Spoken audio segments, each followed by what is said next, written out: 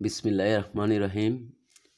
খিদিরপুর কলেজের একাদশ শ্রেণীর বিজ্ঞান বিভাগের ছাত্রছাত্রীদেরকে আজকের অধিবেশনে স্বাগতম। সেই সাথে অভিভাবকবৃন্দ এবং আমার বন্ধুবান্ধব এবং শুভাকাঙ্ক্ষীদেরকে জানাই আন্তরিক অভিনন্দন এবং শুভেচ্ছা। বিশেষ করে যারা আমাকে এই অনলাইন ক্লাসে উদ্বুদ্ধ করেছে এবং বিভিন্ন সময় বিভিন্ন ধরনের পরামর্শ দিয়ে সহযোগিতা করেছি, তাদেরকে আবারও জানাই আমার আন্তরিক শুভেচ্ছা।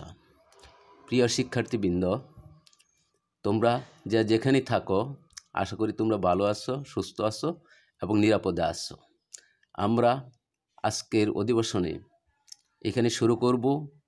তোমরা জানো যে গত ক্লাসে আমরা নিউক্লিক অ্যাসিড সম্পর্কে আলোচনা করেছি। আজকে আমরা এই নিউক্লিক অ্যাসিডকে আর একটু বিস্তারিত আলোচনা করব। তাহলে শিক্ষার্থীবৃন্দ, চলো আমরা আমাদের আলোচনা আর দেরি না করে এখনই শুরু করি। আজকে আমাদের আলোচনা থেকে তোমরা যা শিখতে পারবে বা বলতে পারবে তা হলো ডিএনএ কি বলতে পারবে, নিউক্লিওটাইড কি বলতে পারবে, ডিএনএর ভৌত ও রাসায়নিক গঠন ব্যাখ্যা করতে পারবি, ডিএনএর জৈবিক তাৎপর্য বিশ্লেষণ করতে পারবি। এই যে শিখন ফলগুলো আছে, এগুলি তোমরা আজকের অধিবেশন থেকে জানতে পারবি। তাহলে প্রথমে আসি আমরা ডিএনএ। যে ডিএনএ কি? ডিএনএর পুরো নাম হলো ডিঅক্সিরাইবোনিউক্লিক অ্যাসিড।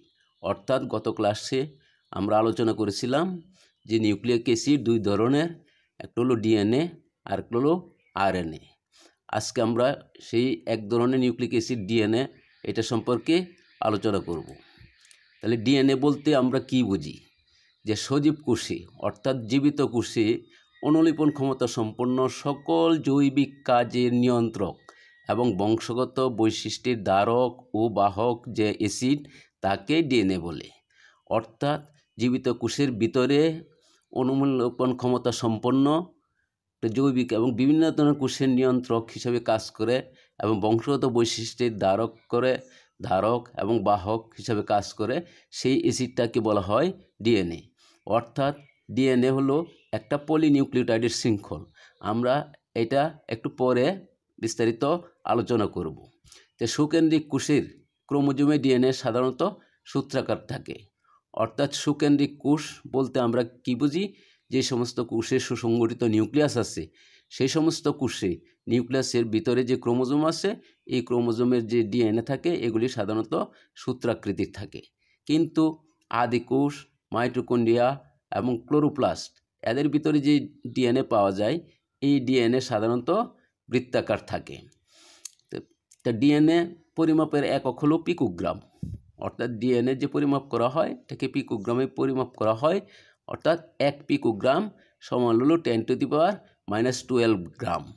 1 পিকোগ্রাম সমান 10⁻12 গ্রাম। তাইলে শিক্ষার্থী বন্ধুরা, আমরা এখান থেকে ডিএনএ কি এটা জানলাম। এখন আমরা আলোচনা করব নিউক্লিওটাইড। যে নিউক্লিওটাইড কি, এটা একটা নতুন শব্দ। জানি আমরা গত ক্লাসে নিউক্লিক অ্যাসিডের উপাদান নিয়ে আলোচনা করেছিলাম। ওইখানে আমরা জেনেছি যে নিউক্লিক অ্যাসিড 3টা উপাদান নিয়ে গঠিত। একটা হলো পেন্টোজ সুগার, একটা হলো নাইট্রোজেন বেস, একটা হলো ফসফরাস। এই 3টা উপাদান নিয়ে নিউক্লিক অ্যাসিড গঠিত। এখন এই 3টা উপাদান নিয়েই নিউক্লিওটাইড গঠিত। যে নিউক্লিওটাইডকে যদি আমরা বিশ্লেষণ করি, তাহলে এই 3টা উপাদানই আমরা পাব। যেমন পেন্টোজ সুগার। এই পেন্টোজ সুগার এটা হতে পারে রাইবোজ সুগার অথবা ডিঅক্সিরাইবোজ সুগার। যদি পেন্টোজ সুগারের সাথে একটা নাইট্রোজেন বেস যুক্ত হয়, আমরা গত ক্লাসে আলোচনা করেছি নাইট্রোজেন বেস হলো 5টি। অর্থাৎ 2 ধরনের নাইট্রোজেন বেস আছে, একটা পিউরিন বেস, একটা হলো পাইরিমিডিন বেস। এই 2 ধরনের বেসের সংখ্যা হলো 5টি বেস নাইট্রোজেন বেস আছে।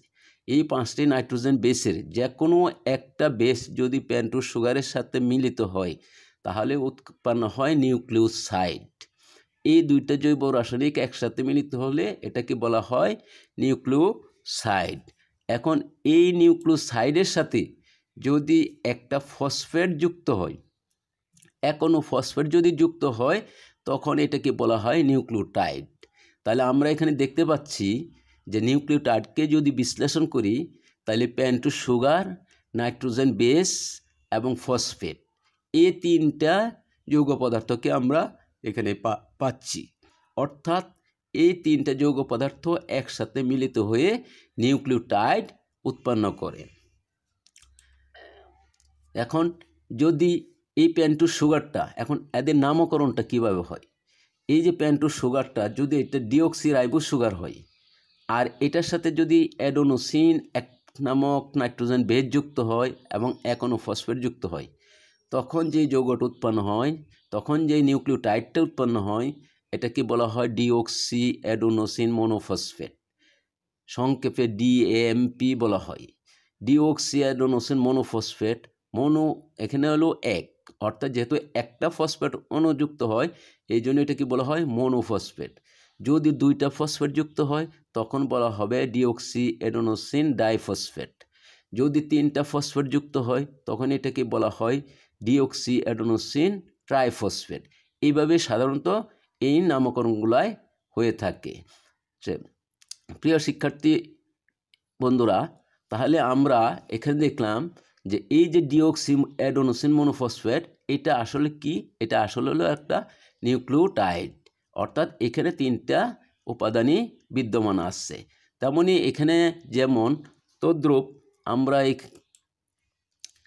তদ্রূপ আমরা এখানে যদি ডিঅক্সিরাইবোজ সুগারের সাথে যদি গুয়ানোসিন বেস যুক্ত হয় এবং ফসফেট যুক্ত হয় তখন যে নামটা হবে এটা হবে ডিঅক্সি গুয়ানোসিন মনোফসফেট।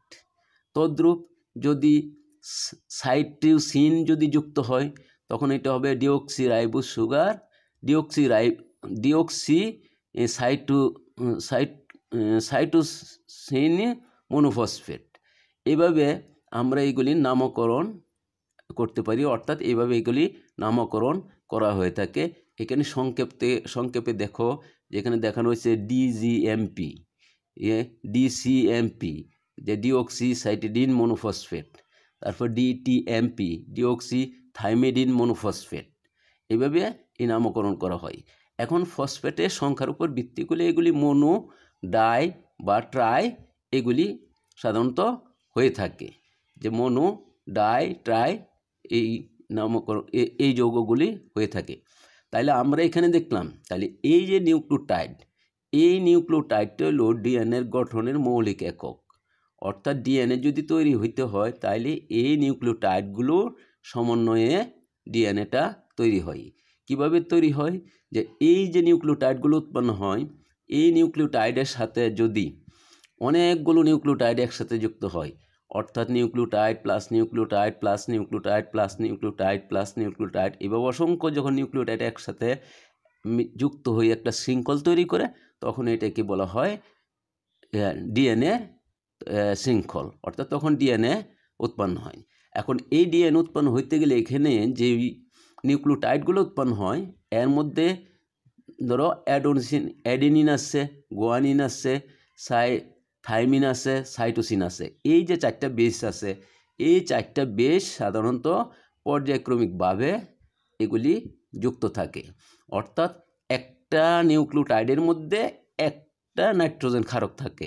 এই নাইট্রোজেন ক্ষারকটা হইতে পারে অ্যাডেনিন, হইতে পারে গুয়ানিন, হইতে পারে সাইটোসিন, হইতে পারে থাইমিন। আর ফসফেট সব জায়গায় ঠিক থাকে এবং ডিঅক্সিরাইবোজ সুগারও ঠিক থাকে।